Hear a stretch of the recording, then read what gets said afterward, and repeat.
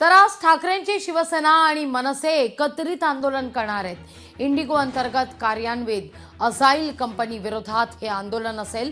पगारवाढ करार रद्द करण्याच्या मागणीकरता आंदोलन केलं जाणार आहे। सकाळी बरोबर 11 वाजता सायन या ठिकाणी या आंदोलनाला सुरुवात होईल। या सगळ्याविषयी अधिक माहिती घेण्याकरता थेट साथे आपले प्रतिनिधी स्वप्नील जाधव यांच्याकडे। स्वप्नील, खरं तर दोन पक्ष ठाकरे बंधू एकत्रित येणार अशी चर्चा सुरू असताना तिथं मात्र आज या आंदोलनाच्या निमित्तानं याची नांदी होतीये का याविषयी मात्र आता चर्चा सुरू झालेली आहे। आज ठाकरेंची शिवसेना आणि मनसे एकत्रित आंदोलन करताना दिसेल, अर्थात मुद्दा असेल इंडिगो अंतर्गत कार्यान्वित असाईल कंपनीचा।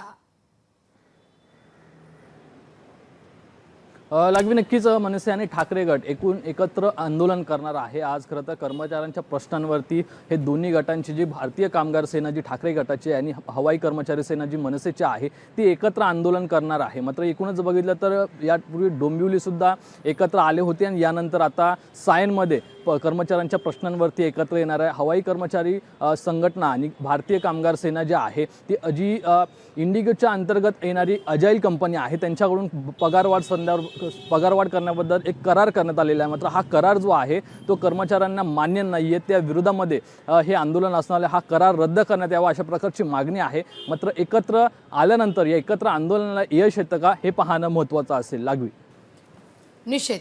स्वप्नील, तुर्तास धन्यवाद तुम्ही दिलेल्या एकूणच सविस्तर माहिती करता।